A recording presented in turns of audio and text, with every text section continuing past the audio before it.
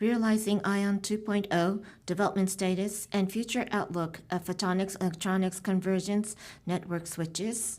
From NTT Innovative Devices Corporation, Senior Executive VP and CTO, Mr. Masahito Tomizawa, will be giving you a presentation. Please go ahead.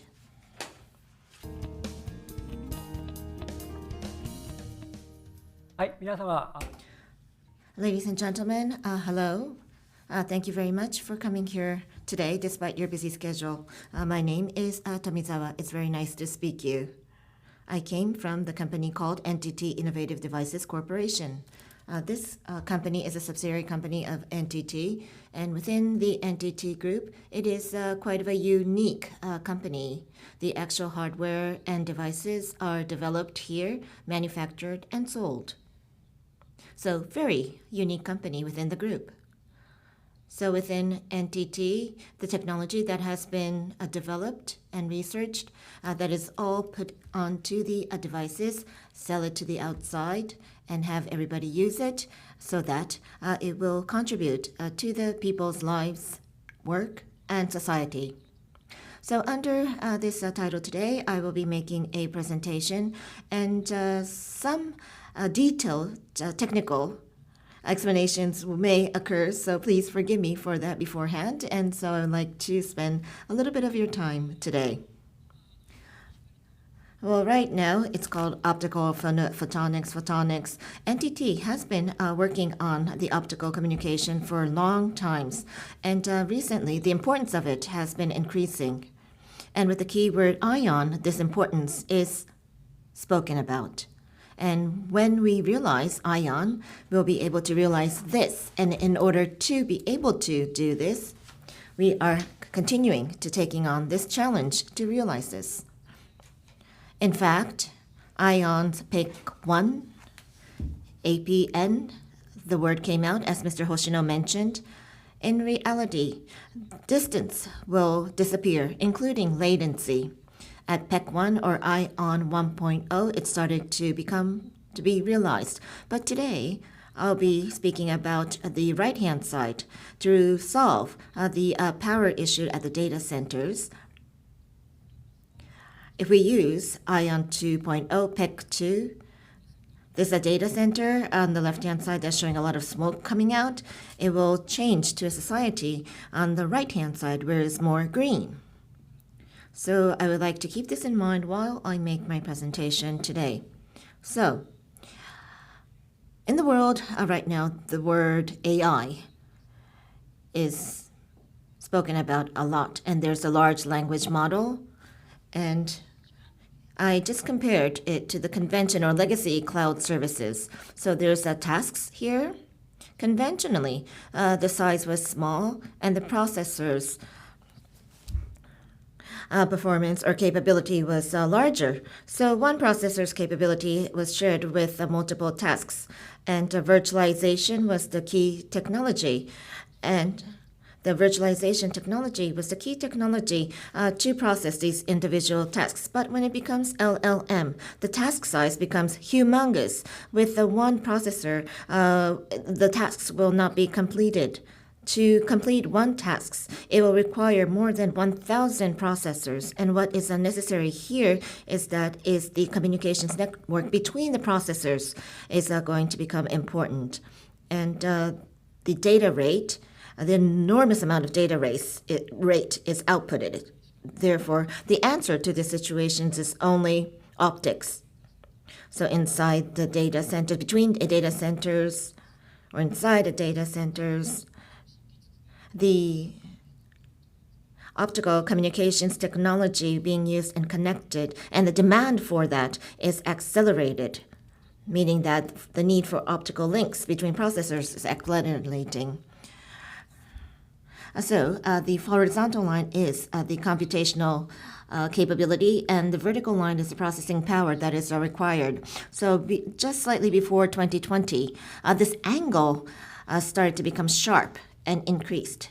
This is since the rise of AI. So accordingly to this line, we thought that we have to do something about this. Of course, the semiconductor industry, people thought about that, and us in the network and device industry, we have to compile a comprehensive power and catch up to this trend. And it's starting to happen, and it's already happening.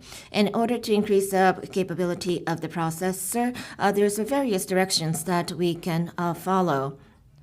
Well, the processors made by semiconductors, so I call it the three pillars of semiconductors. And we need to combine these. The first arrow with the advanced semiconductor miniaturization. It started from 7 nanometers. We have come to 2 nanometers, and from now on it will be sub 2 nanometers in Armstrong. So we need to continue to go ahead with miniaturization. And in Japan, we are once again putting quite a focus on semiconductors. But with this is not enough. So the second arrow, or the pillar, this semiconductor chip, when it's packaged and implemented, the technology that was required was a two-dimensional, but we will need to do a 2.5-dimensional or 3-dimensional packaging, or else we will not be able to catch up.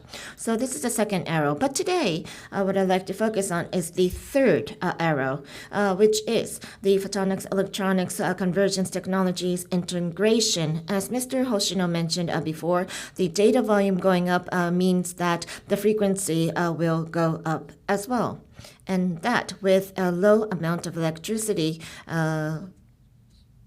implementation, if we're not able to do that, the power issue is going to become very severe. And to construct new data centers, we'll need several nuclear power generation plants in addition. So by using this technology within a realistic power consumptions, we have to increase the performance of the processor, or the capacity of the processor. So this is what I would like to talk about. So the semiconductors process, this is the first arrow, and miniaturization is something that has been discussed. In 18 months, the semiconductor integrated circuits doubles in its integration rate every 18 months. And so the red line and the green line, please. So there's a frequency and power consumption. As we go ahead with the years, it's not increasing. It has hit the ceiling. So the frequency and the power, how are we going to increase that? With just miniaturization, that is not enough. That is why, as seen in Mr. Hoshino's presentation, the optical technology comes about.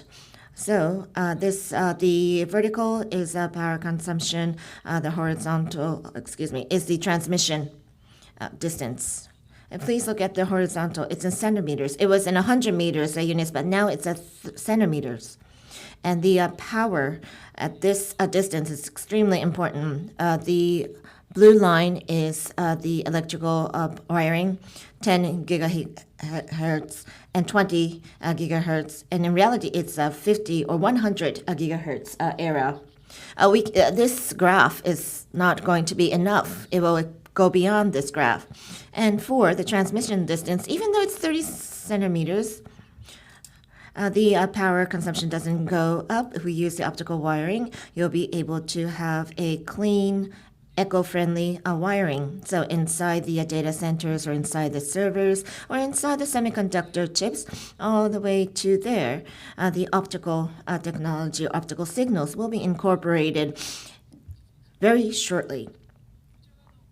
So this is a timeline, and this is the roadmap that our company is aiming towards. So from the left, PEC 1, photonics, electronics, convergence. So you see PEC 1, 2, 3, 4. On the left-hand side, already at our company, we have a commercialized product, mainly for the telecom industry. We have the silicon photonics, or the DSP PEC device. It's out there. This is PEC. Connecting data centers 100 kilometers or 1,000 kilometers with a 400G, 800G, 1.6T. Next, is already commercialized. Next is 3.2T, and it's going to progress more. But categorize-wise, this is going to connect between data centers. This is an important device. So the category is the existing category. But today, what I'm talking about is PEC2. This is inside the data center, between the boards. Right now, it's connected by electricity. But there's the copper wire and heavy cables that are used. But we want to replace that with optics. So a switch's ASIC is here and around there, directly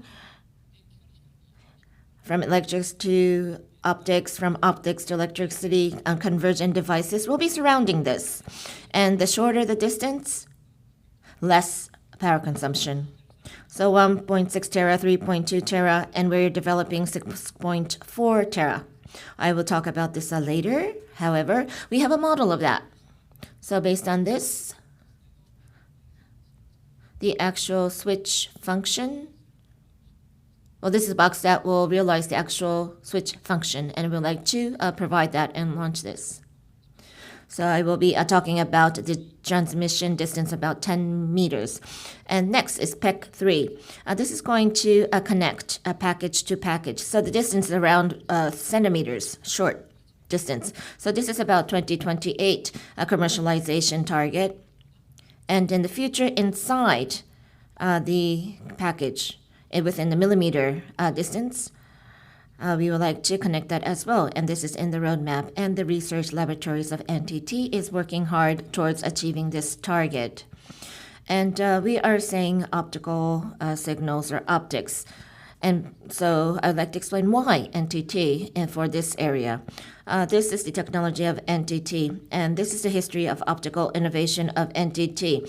For early 1980s, the optical fibers mass production, the good quality mass production method has been developed at the NTT laboratories, and since then, from 100 megas to 10 gigabit, 100 gigabit, 1 terabit. So the horizontal is commercialization here, and you'll see the data rates all the way up to 1 pico. So now it's called the Generation 3 optical. So we have this progress, and IOWN targets is 1 peta of data rate.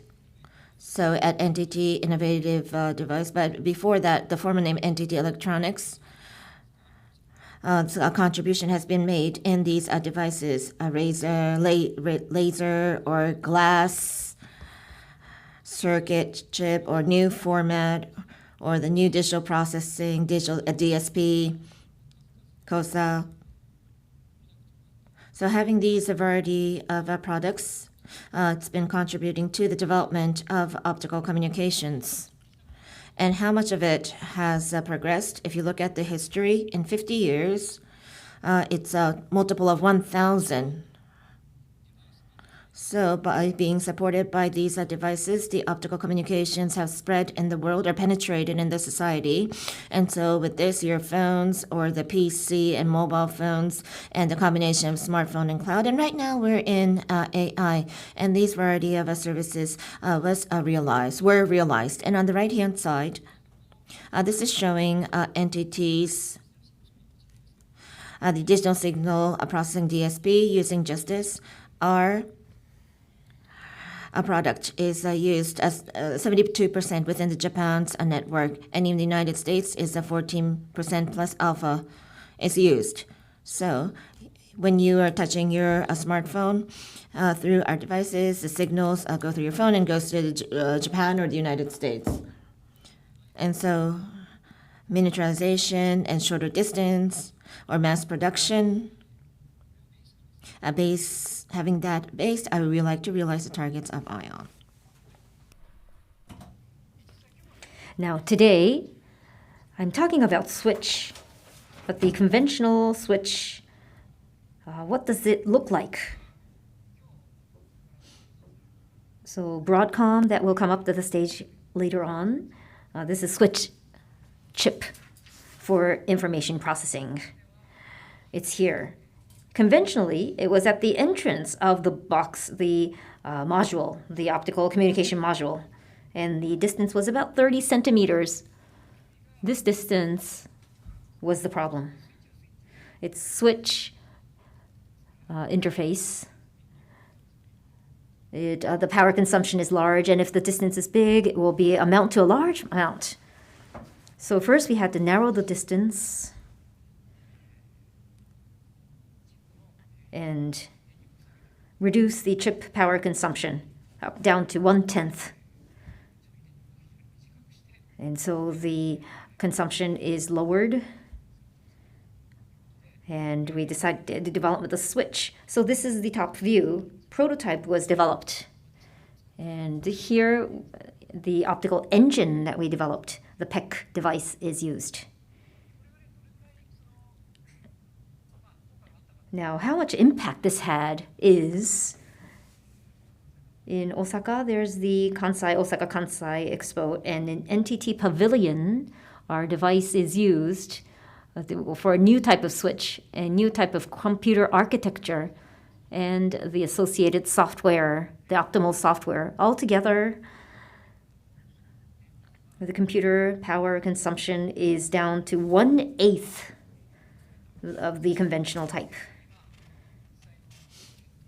And here you can see NTT Pavilion, and the center APN connects the two. And real-time AI analysis result is transferred. It's not just our device, but the architecture, software, all combined. This is the impact that we enjoyed. So the prototype is great. Now, what about the actual business and the actual product? You can see in this diagram, our product is here. This long silver box, this long silver box. So this is what we call optical engine, 4.6 tera, 6.4 tera BP. And this is the switch module. In the center, Broadcom switch chip is mounted and is assembled into this box by Acton. We will hear from them later. This box is assembled into rack and installed in the data center. So this is the project that is now ongoing. The commercialization target is Q4 next year as module. We will offer the sample. Now the verification of the component characteristics is in progress. The manufacturing capacity per line is 5,000 per line. So we will have multiple lines to meet this large AI demand. So the production structure line is now being built as we speak. Now, where in the data center will this be used? First, in the data center, there's scale-up domain and scale-out domain. This light blue is rack. In rack, you can see the switch, and they're connected with each other, accelerator, and this is scale-up. Now, between racks, we need to connect with switch, which is scale-out. In the short term, we are now doing scale-out. So PEC switch will be first used in the scale-out domain. After that, scale-up domain, the light blue part, the photonics will come in. And then blue and blue will be connected through scale-out with bypass. The domain switch will also be necessary in the future. So 1, 2, and 3 is the order that we will utilize the PEC switch. So this is our current projection. Now our PEC 2, this is the model.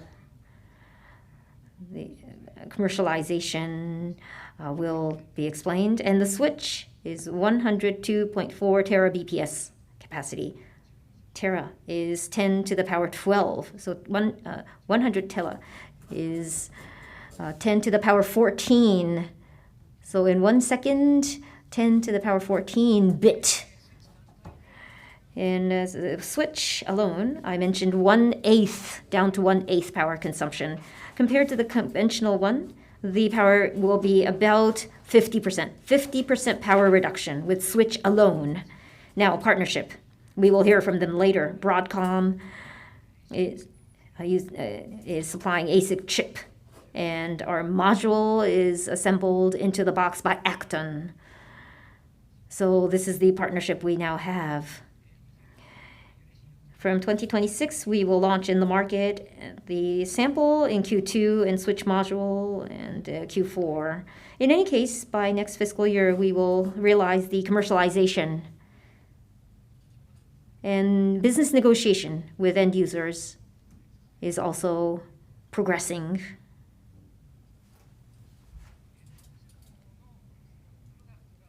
Now, compared to other players' products, how are products? This is shown on this slide. CPO, co-packaged dots.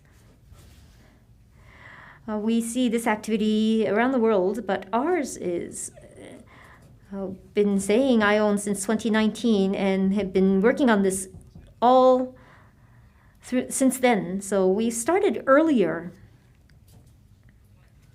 So what is our advantage? Lower right table, please. So others,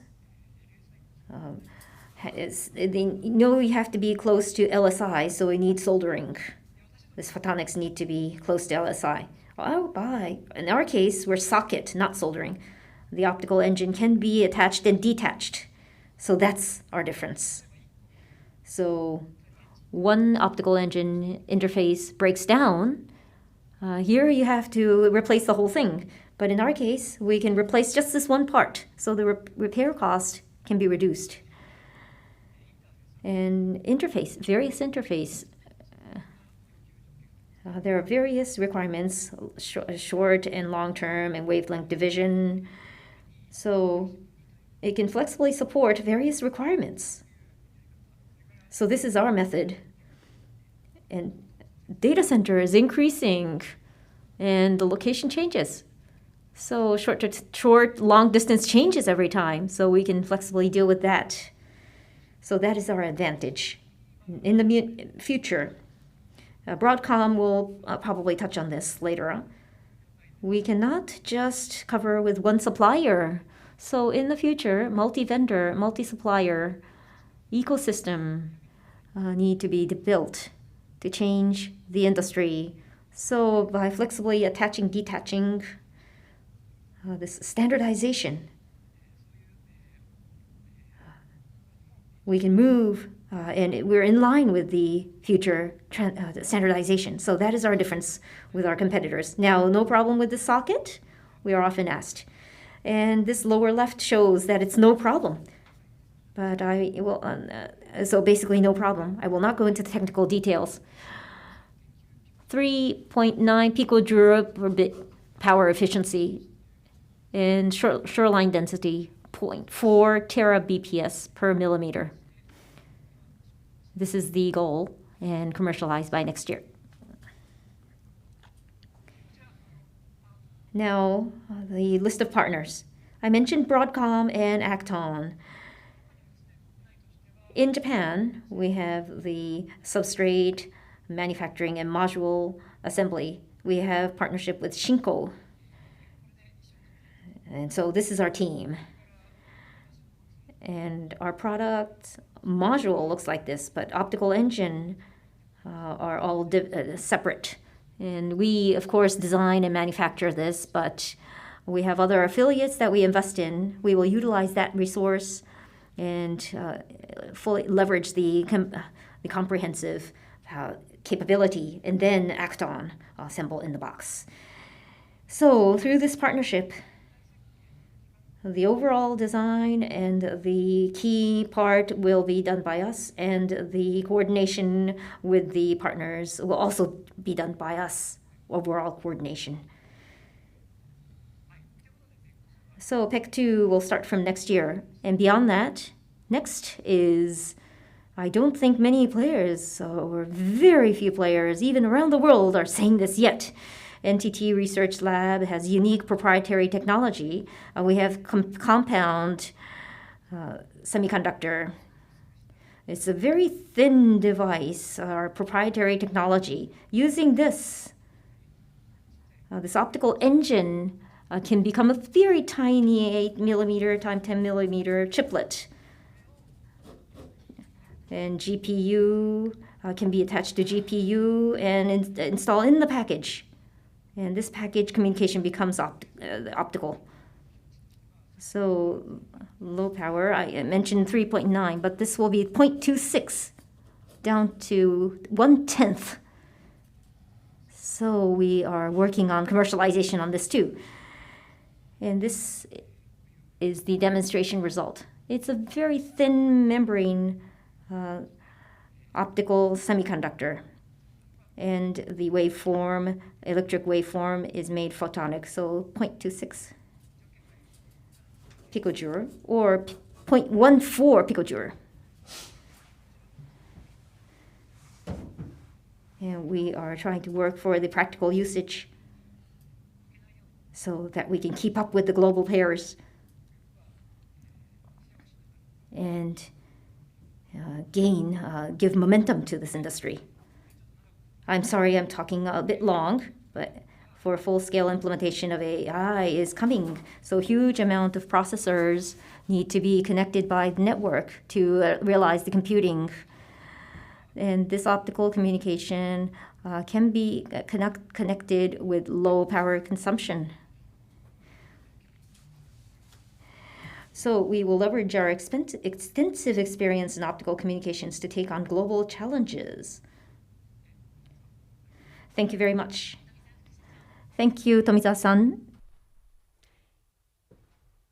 それでは From here, we would like to accept your questions. Towards your questions, Vice President Tomizawa and Hoshino, both of them, will answer. Due to the time limitations, for the questions this time, we would like to take 2 questions from this venue only. For those questions that we were not able to receive your questions now, at the end of the program, we have a separate overall Q&A session. So please ask your questions at that time. Those who have a question, please raise your hand and the staff will bring a microphone to you. So once the preparation is completed, we would like to receive your questions. Just a moment, please. Thank you.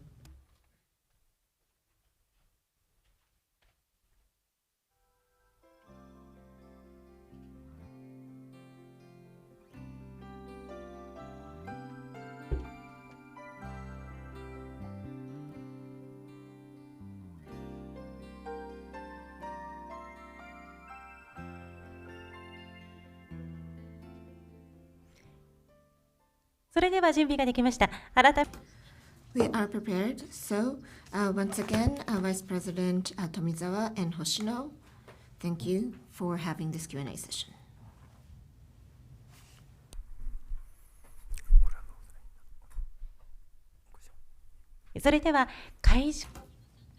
So for those of you who are at the venue, we would like to receive your questions. So if you can kindly raise your hand. So in the back side of the room, the gentleman there, we will be bringing you the microphone. Just a moment, please. Thank you very much. My name is Ito from the editing office of Newspicks. Thank you very much for a very easy to understand explanation. So you will be moving on to PEC 2. Until now, the media, us included, had the PEC 1 image. Excuse me. We had the image of a PEC 1. Then from there, it's going to move into optical computing.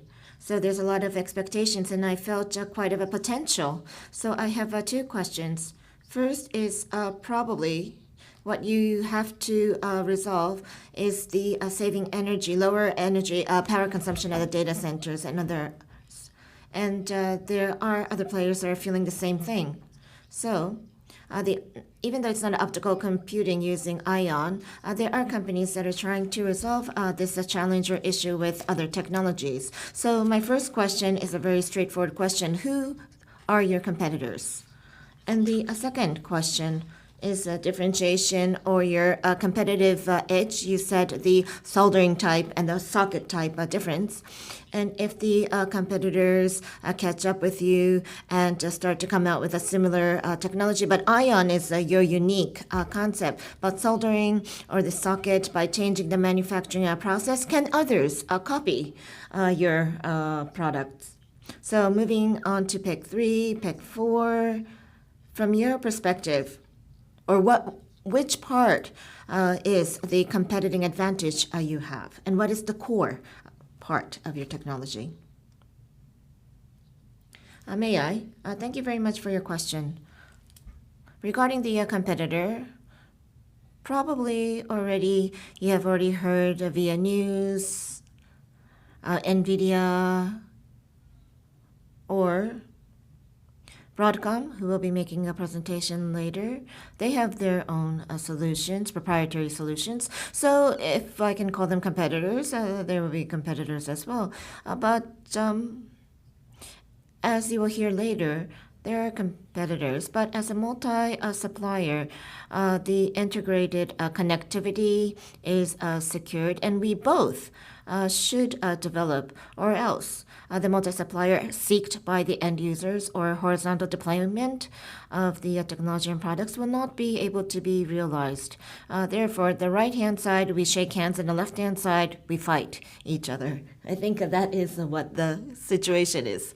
So NVIDIA, probably globally, is the largest player in the world, and NVIDIA is working on reducing the power consumption at data centers. And what you're trying to do, they're probably going to use a new process and try to resolve that. So what is the advantage? Well, technology-wise, they're not doing the socket. And last week, we've actually met with them, and they were quite interested in our approach. So information exchange, or it seems like there's a room for them to use some sort of solution that we can provide. 200 gigabps per lane is what they're able to make, but for us. But with their silicon photonics, that's probably the limit. When it goes up to 400G, the speed is going to double. So it seems that they are facing a wall a little bit right now. So right now, we are starting to have quite a close communication. So that means that the strength and the technology that both companies have utilized that and approach to resolve the challenges. Is that the correct understanding? Yes. And at the very end, at the fiber, we have to combine the optical technology. And with how much of a short time are we able to realize that? That technology is what they want to see. And that part is our proprietary know-how and technology we have. And that's the place where we can actually contribute towards them. Thank you. And also, comparing with the other companies, what is our core strength? Well, as I mentioned, 400 giga per lane technology and the optical fiber convergence technology, the yield, or we have a good throughput manufacturing technology. And regarding the design of silicon photonics, we have a slightly different way of doing that. Like the process of semiconductors, we have usually there's a design kit. So it's like a Lego blocks, and it's how you actually combine them. And you can have the silicon one. But we actually optimize each one of those components, so the performance is different than others. That is the core that we have. So if that is so, there's companies who have uses the standardized package, and others that you have each one of them components, unique technology. So there are some areas where one can totally win and cannot. So we need to decide which area that we have the advantage and win, and enjoy the advantage. That's where we need to actually start to be able to identify. ですが、では We will take one more question. So the gentleman at the front, with the jacket, please. Freelance Takayama is my name. So I have a question on the market. IOWN PEC market size. It's not just PEC device, but also the upstream. I think the market is huge. So data center and base station, PEC will be used in all these areas. So what kind of global worldwide market size are you envisioning, and how much in Japan? The PEC device will be the key, the core, I think, and PEC device, when Innovative Devices was established, Tsukano-san said about 100 billion yen market will be captured by Innovative Devices. So what is your projection? So manufacturing market. How much market will Innovative Devices capture, and how much market size do you see in Japan and the world? Thank you. Thank you very much for the question. May I? So revenue and the business size, we will talk about that in the overall Q&A later. But in terms of number of units,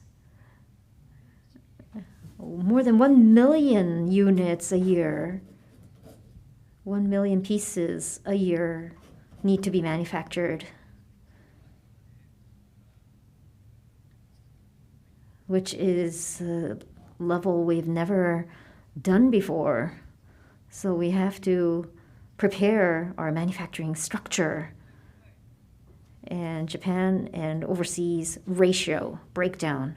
First, we will have this used by hyperscalers, the US data centers, or the former GAFAM.